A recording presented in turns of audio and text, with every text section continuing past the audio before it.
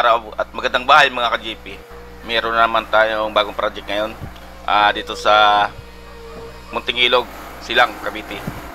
Kasalukuyang tinitibag natin yung concrete countertop ng lumang kitchen cabinet nila. Pero bago namin tuluyan itong matibag, ay papasilip ko na sa inyo kung anong itsura ng dating kitchen cabinet nila. Bali, ito yung kitchen area nila, no? Kung napapansin nyo ay wala pang pintura yung mga wall at saka ceiling. Bali, papinturahan pa to nila. Ito yung titibagin natin, itong konkreto na ito. Ayan, kung napapansin nyo, medyo masukal pa siya. Ito yung papalitan natin ng U-shape na kitchen cabinet.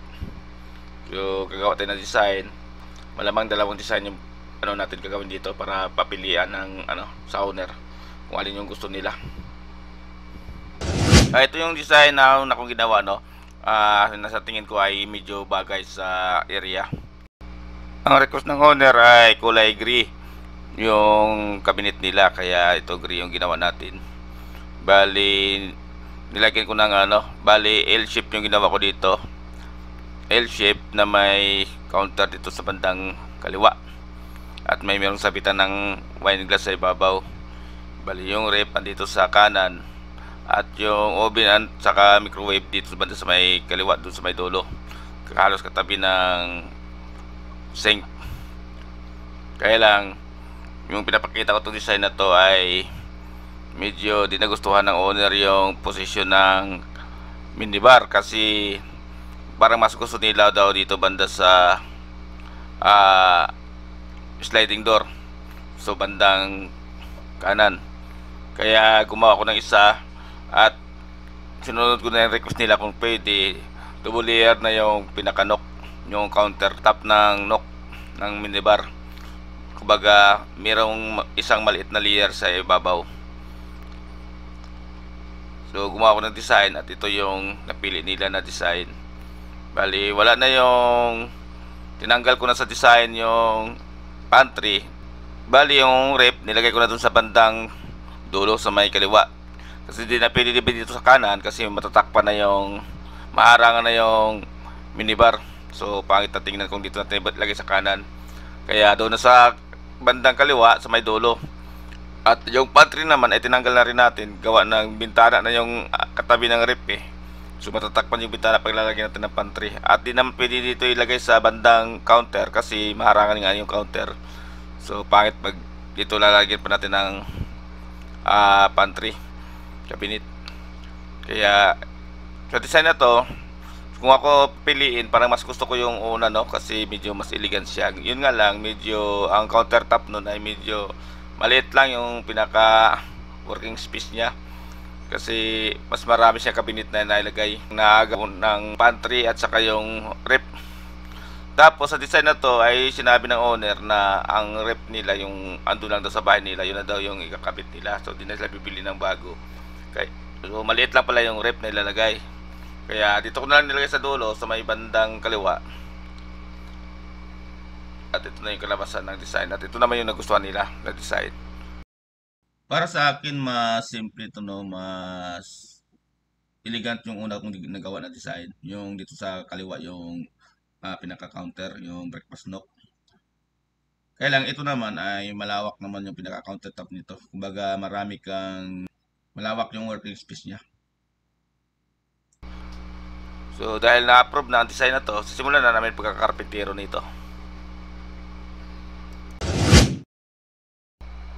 So ito na yung ginawa nating cabinet, no.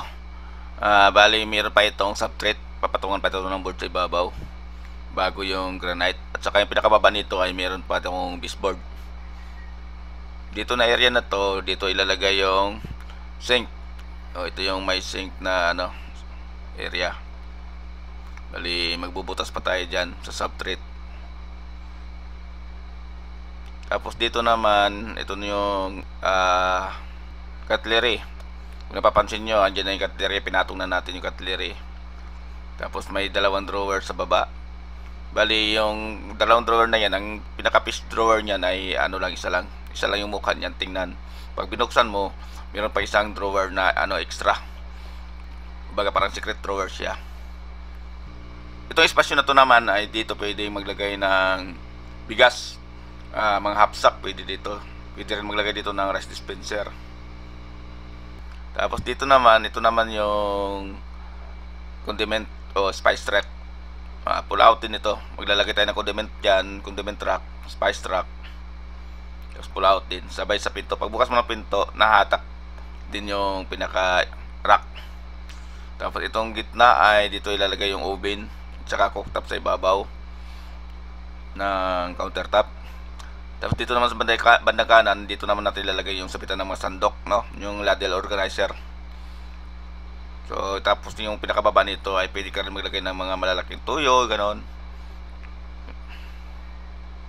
Ito naman dalawang espasyo na to ay dito tayo maglalagay ng pull-out basket. Dito ilalagay yung mga baso, plato, ganon. Dito sa sulok, dito natin ilalagay yung tangke ng gas. Kasi bihira lang naman yun, binubuksan yung tangke ng gas na bihira naman siyang pinupull out yung tangke. Kaya okay lang kung dito natin sa sulok ilalagay. Itong espasyo na to naman ay dito tayo pwedeng maglagay ng kaldero, kawali. At dito sa dulo, katabi ng lababo, dito natin ilagay yung pull out waste bin.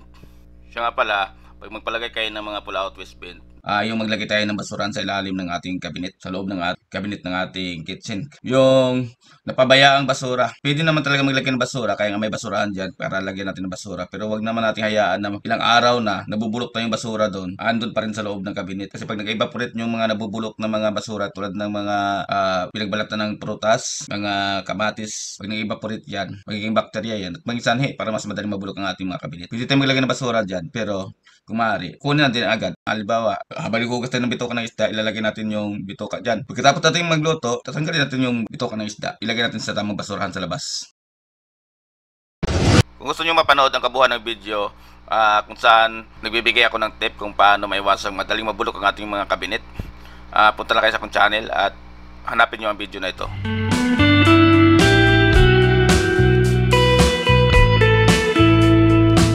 So ito na yung ating cabinet, ready for installation na ito. Bali nakakabit na yung subtrade, pati yung mga pull out basket. Ito yung pala yung pinaka paste drawer natin, no. Bali kakabit natin ito doon sa side. Yan, dito to itatapal para di na makita yung mga awang. Ito yung pinaka paste nya. Yan. Yung mga pinto natin tapos na rin. Bali tatanggalan lang natin yan ng mga protection film pagdating doon sa side. Bali dito yan ikakabit. Yung mga pinto natin na may butas na ito, kumbaga kakabitan na lang ng mga concealed hinges. Kakabit na rin yung condiment rack natin, yung mga basket natin nakakabit na rin, pati yung ladle organizer natin nakakabit na rin. Bali ito, tatakpan na lang ito ng pinaka door panel nya.